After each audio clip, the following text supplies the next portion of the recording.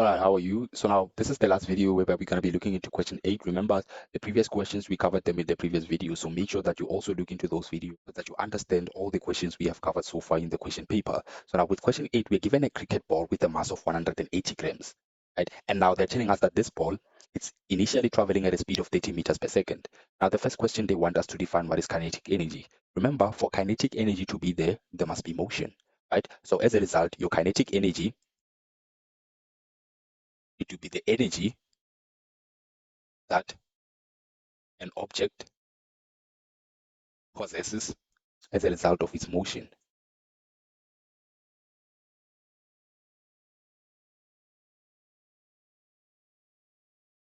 Now, with the next question, they want us to calculate the kinetic energy of the ball. Now, remember the formula of your kinetic energy, EK, this is equals to 1 over 2 mv squared. Now, 1 over 2, now the mass, it must be in terms of kilograms.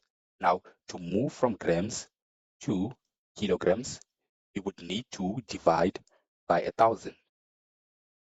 All right, so basically 180 divided by 1,000, you should get 0.18. So the mass would be 0.18. And they've given us the velocity as 30 meters per second. So remember, this is v squared. So I'm going to put the squared here. Now, punching this into your calculator, your kinetic energy should be equals to 81. And remember, the unit for your energy is joules. Now, the last question, they say, determine the speed of the ball if it has twice, right? If it had twice the kinetic energy calculated in 8.2 above. So now, basically, let's try to interpret that. So remember our EK formula. I'm going to first start by writing it down. And the kinetic energy we've calculated before, it is 81 joules. Now, they're telling us that we need to determine what? We need to determine the speed, the velocity of the ball, meaning that we need to calculate V. Now, if the kinetic energy, it was twice as the kinetic energy we have calculated above, meaning that this is multiplied to 2.